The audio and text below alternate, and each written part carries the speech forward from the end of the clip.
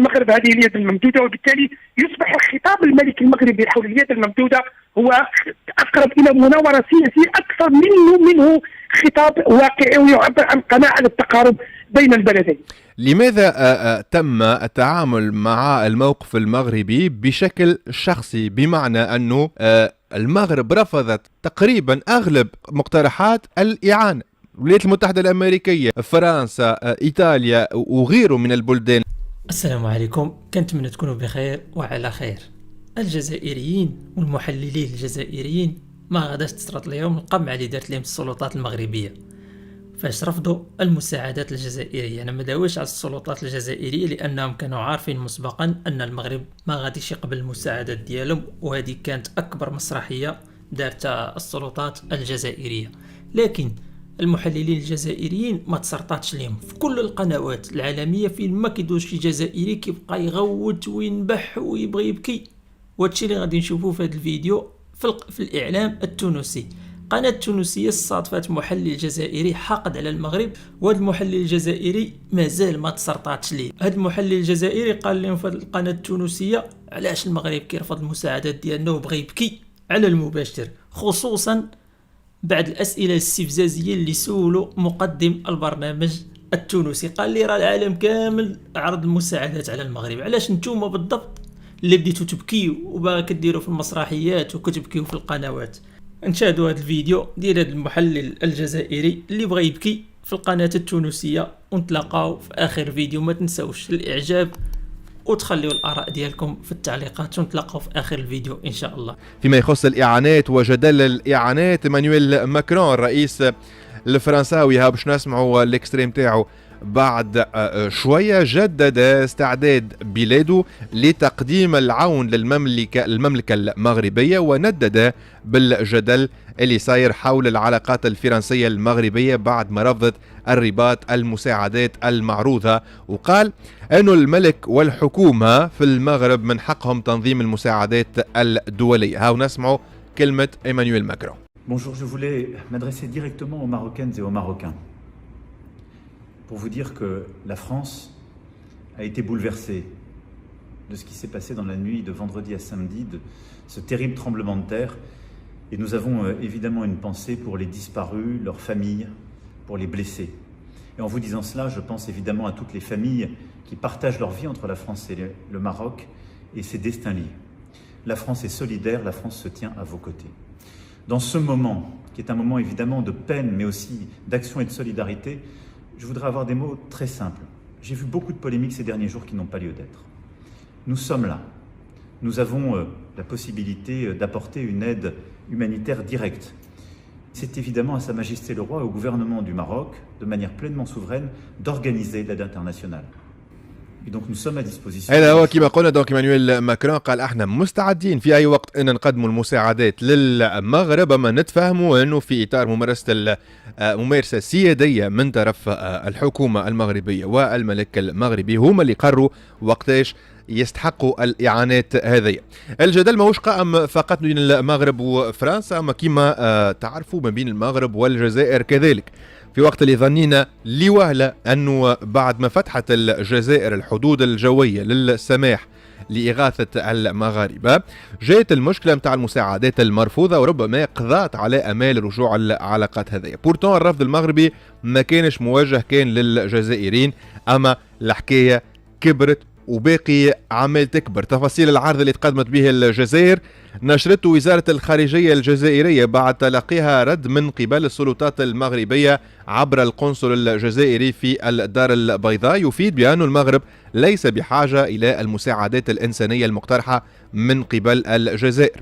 وجاء في بيان الخارجية الجزائرية أنه تبعا للتصريح الإعلامي الذي أدلى به وزير العدل بالمملكة المغربية بخصوص قبول المساعدات الإنسانية المقترحة من قبل الجزائر على أن يتم إيصالها بالتنسيق مع وزارة الشؤون الخارجية المغربية، قاموا الجزائريين بالاتصال بنظيرتهم المغربية للتنسيق. ركزوا مليح مع التفاصيل والتسلسل متاع الأحداث، وأبرزت أنه على أساس التصريح هذايا، نحكي على بيان الخارجية الجزائرية، على أساس التصريح متاع وزير العدل المغربية. أبلغت وزارة الشؤون الخارجية الجزائرية نظيرتها المغربية عن طريق القنصلية العامة للجزائر بالدار البيضاء والقنصلية العامة للمغرب في الجزائر العاصمة بالتدابير التي اتخذتها الحكومة الجزائرية لتعبئة 3 طائرات ذات سعة كبيرة بغية نقل مساعدات إنسانية للمغرب تتماشى مع الاحتياجات الضرورية في حالات الكوارث الطبيعية. بحسب المصدر ذاته تواصل القنصل العام، كلم القنصل العام للجزائر بالدار البيضاء، تكلم خلية الأزمة اللي تم إنشائها على مستوى وزارة الشؤون الخارجية المغربية بعد حدوث الزلزال، يطلب ترسيم عرض الجزائر تقديم مساعدات إنسانية. البيان في الملخص نتاعو قال أن الحكومة الجزائرية تأخذ علما بالرد المغربي الرسمي الذي تستخلص منه النتائج البديهية. وهنا نقطة استفهام، علاش لا كونكلوزيون هذه؟ وزير العدل المغربي عبد اللطيف وهبي نفى تماما قبول المغرب مساعدات من الجزائر لإنقاذ المتضررين من الزلزال، وقال أنه تم تحريف تصريحات. واحنا باش ناخذوا أكثر تفاصيل في الموضوع هذا مع عثمان اللحياني، كاتب وصحفي جزائري. أهلا وسهلا بك. أهلا بك صديقي وبكل المستمعين الكرام. اليوم الموقف في الجزائر كيف هو، وخاصة الجملة الأخيرة اللي في البيان، الحكومة الجزائرية تأخذ علما بالرد المغربي الرسمي الذي تستخلص منه النتائج البديهية، شنو يقصدوا به حسب رأيك؟ أنا في اعتقادي خلينا نحط الموضوع في صورة أكبر. يعني في النهاية الموقف مخيب بالنسبة للطرفين، بالنسبة للبلدين، لأنه يفترض أنه في ظل هذه المحنة الواقعة في المغرب، وهي محنة كبيرة ومؤلمة، يفترض أن كل الخلافات السياسية أو أي اعتبارات أخرى توضع جانبا، والعمل من أجل توفير قدر الممكن من المساعدات يعني ضحايا الزلزال. نعرف بأن لديه خبرة كبيرة جدا، وكان يمكن أن يساعد على الأقل في الإنقاذ إذا لم تكن السلطات المغربية تقبل هذه المساعدات من الجزائر، كان يمكن السماح للفريق. وبالتالي العبارة الأخيرة يستخلص منها أو نفهم منها بأن الجزائر تريد أن تؤكد بأن الرد المغربي ينفي ويلغي تماما، ويبين بأن خطاب اليد الممدودة الذي كان الملك المغربي في كل خطاباته